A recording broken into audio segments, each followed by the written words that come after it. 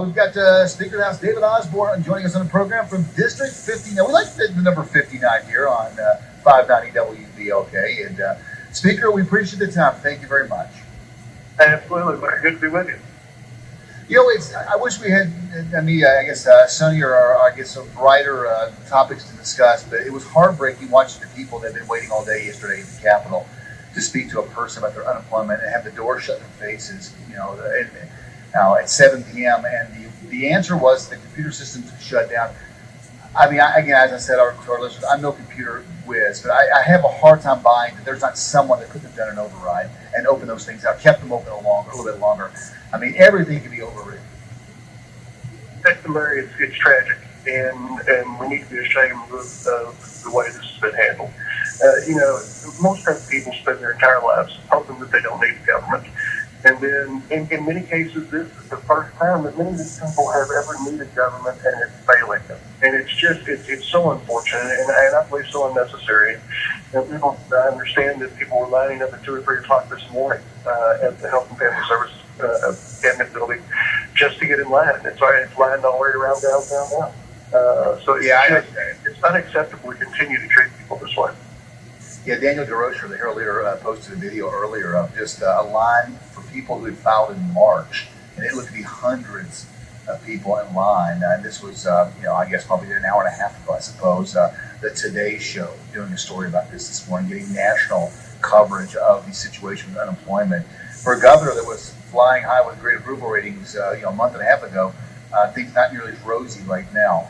The thing that strikes me about this is, and I concede that it's a massive problem, and they've never had to deal with anything like this.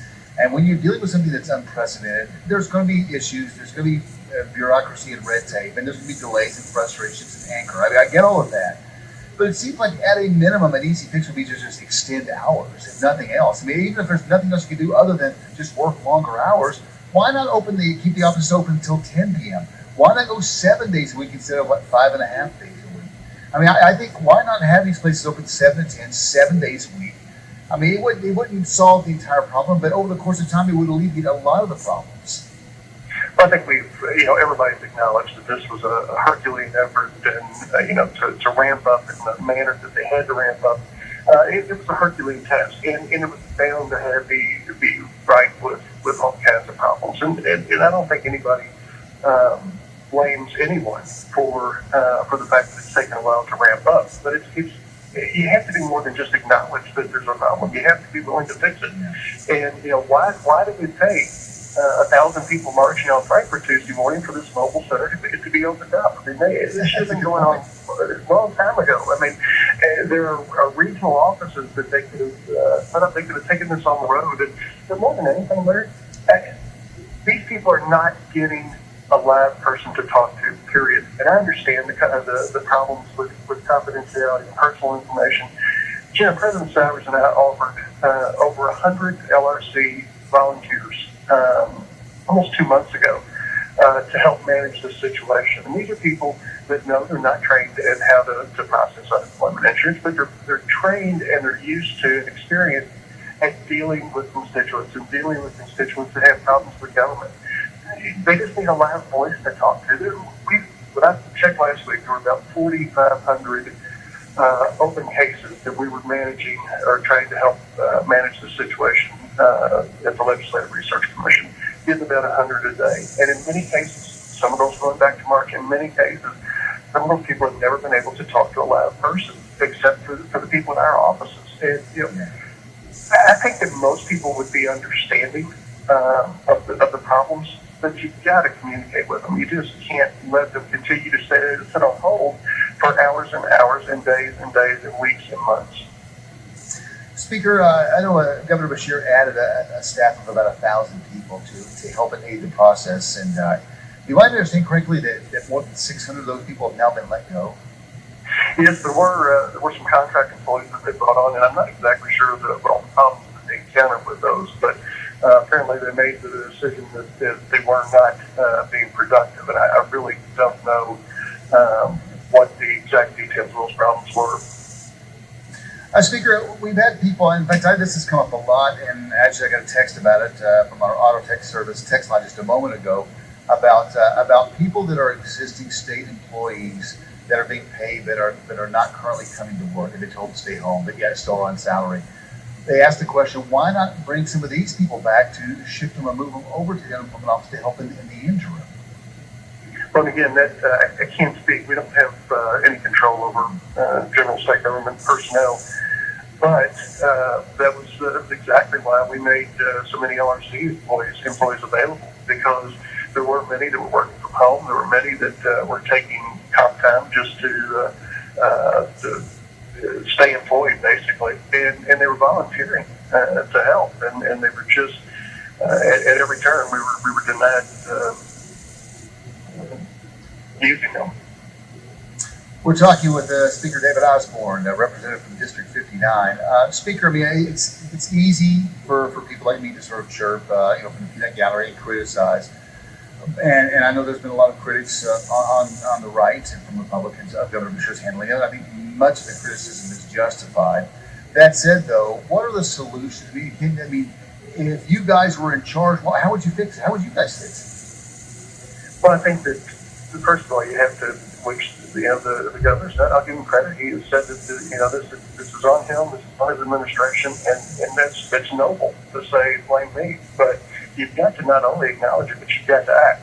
And they showed on Tuesday what they could do when they really focused on opening up this mobile office. They processed over 1,000 people that just happened to show up one day, and so we know that they had the ability to do it, and to not make that commitment to doing that on a regional basis or on a traveling basis. I think that there are ways that one of the reasons that the real ramp up in testing for coronavirus has been successful lately is because we've been able to partner with Kroger and Walmart and other regional companies that were able to assist in that.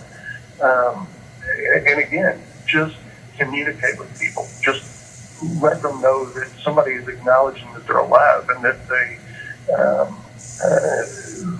understand their problems, and there's somebody that's actually working to fix it. I think that the biggest part is not unlike dealing with a bill collector. If you respond to them, they're a lot more likely to work with you than if not. But these people are getting nothing, and like I said, there are over 4,500 that we as the Legislative Research Commission are dealing with.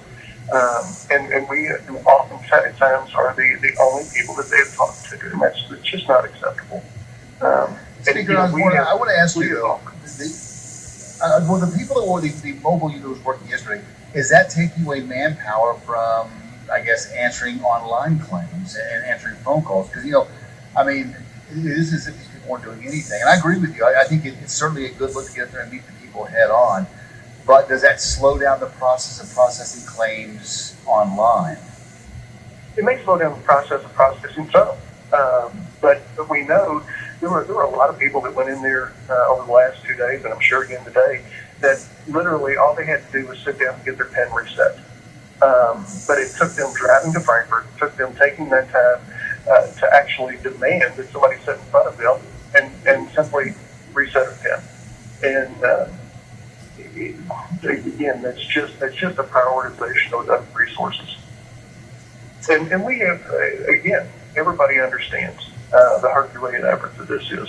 President Stivers and I have both on numerous occasions begged the governor to let us try to help in this, whether it be providing LRC employees, whether it's coming back into special session, whether it is providing additional financial resources, whatever it may take to get this remedy. But when you refuse help, you also have to acknowledge that you have to accept blame. And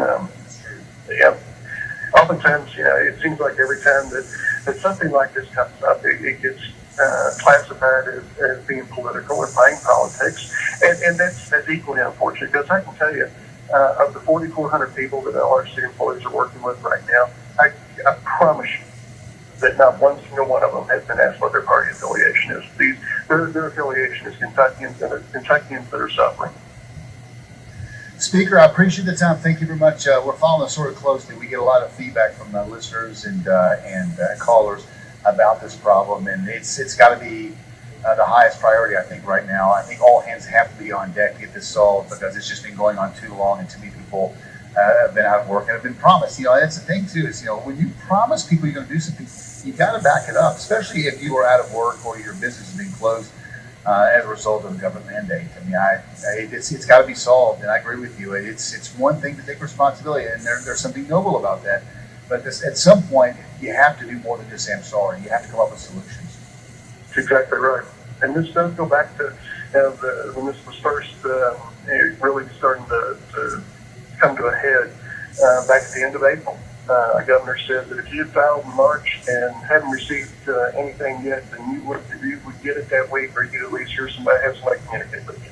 And that's been 6 weeks ago. And there's still 7,000 people that have not been processed that have been pending since March. And again, that's just not acceptable. Speaker, I appreciate the time. Thank you very much. It is easy to throw stuff, but it also is appropriate, I think, to demand some accountability for this. And maybe we can also learn something about this and make the healthcare system he announced yesterday maybe make it work and function more smoothly too. I think that's what we're seeing with the unemployment. I think is some of the fears, maybe some just, maybe some unjust, but some of the fears people have about the state and federal governments running healthcare. I think clearly we have seen that surges in government are difficult to deal with. Government is a behemoth monster that does not turn very quickly. It is not very agile. Does not adjust to the depth very quickly and very well. And that is the nature of government in and of itself. So I think that radical change is difficult and redirection is difficult. But at times like these during crisis, it is absolutely necessary. I appreciate the time. Thank you very much.